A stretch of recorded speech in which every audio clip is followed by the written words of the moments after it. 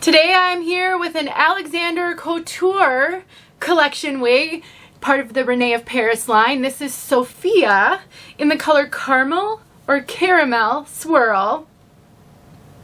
Sophia is made with heat-friendly fibers. We've got a lace front, a left mono part, some flippy layers, and we're going to talk all about her.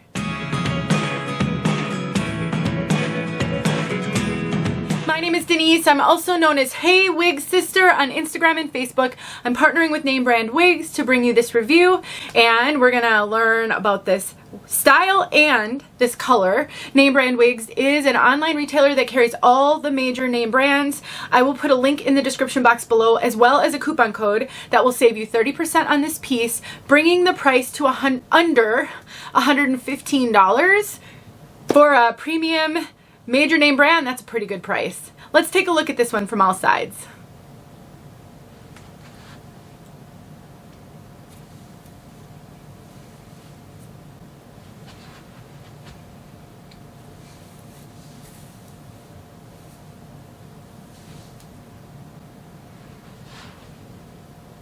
You can see lots of layers, lots of flippies, lots of face flopping. This piece does flop in my face, especially on this side right here. It's almost like there's just a little bit of cold setting over there, and when I first got it, the part wasn't real defined. It was kind of zigzaggy, and I think those fibers were over here.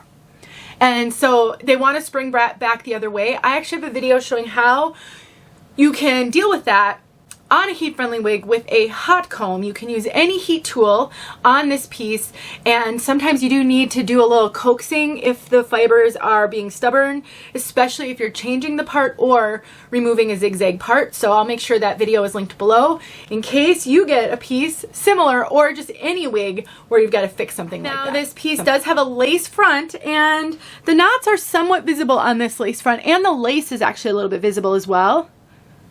But I will say, all you have to do is take a pinking shears and cut a little bit of a scalloped edge in lace that's visible, and it will totally hide it. So that's what I would do with this piece. And if the visible knots bother you, most people aren't looking that close at your hairline anyway, you can use a little bit of makeup like translucent face powder. That will help blur the knots, and I have a video showing how to do that as well. Let's take a look inside this cap. So this left mono part is very narrow. Look at that. Very narrow. You have no flexibility on where you can part it over here.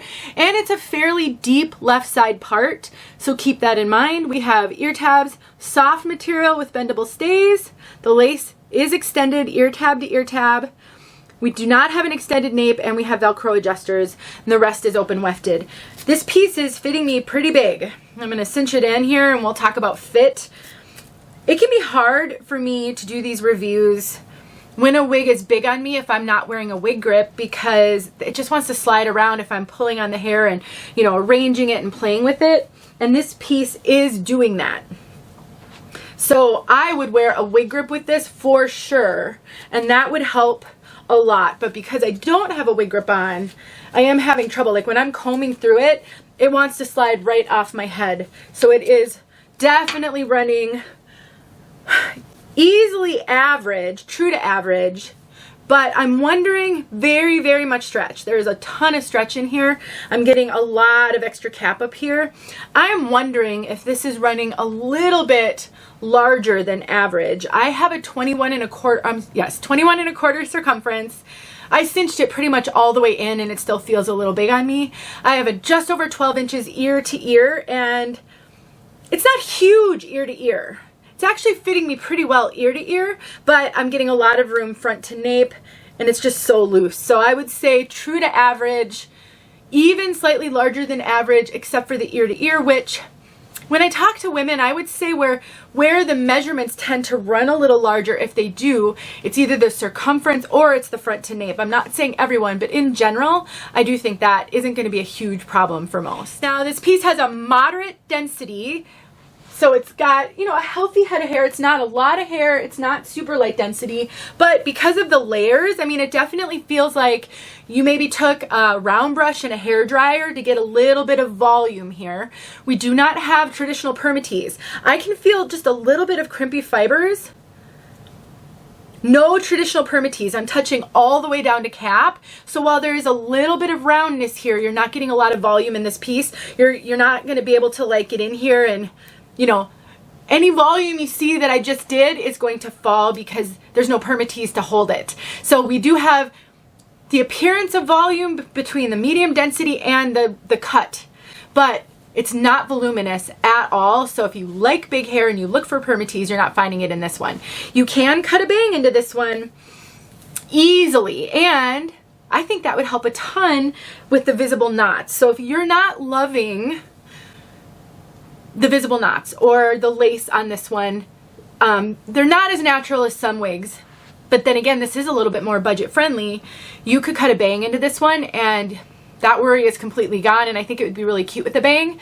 I have a video showing how to use a thinning razor to cut a bang, and because this is made with heat-friendly fibers, you can use regular hot tools then to arrange how those bangs lay. I think you could wear this in a low ponytail if you wanted to.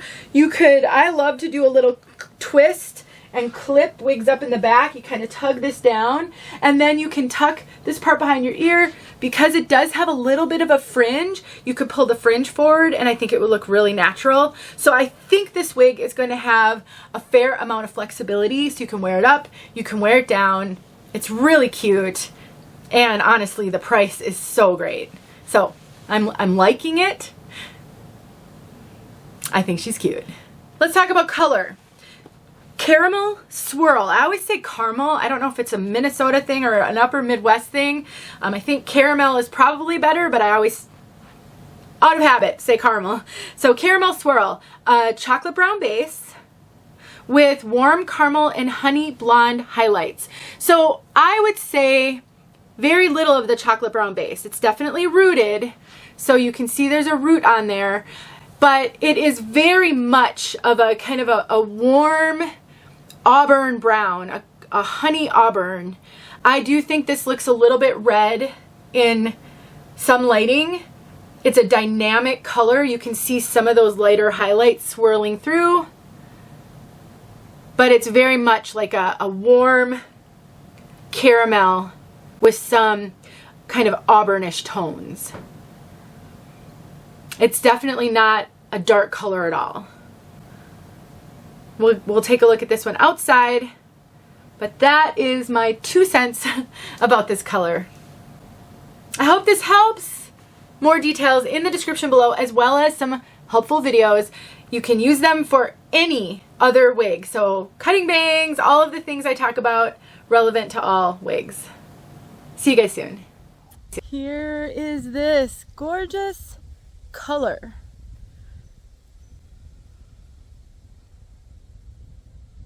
I think they named it well. This is straight out of the box, so I have not played with that part line at all yet. We have such few hours of daylight at this time of year. I mean, it's only like 4:15 and it's already starting to get a little dark, so I've got to just get these filmed and worry about everything else later. I'll talk about the color a little bit more when I do the review, which you've already seen. So I'm just letting you see it. I'm not really commenting on it right now. But I will say, it's pretty. I hope that helped.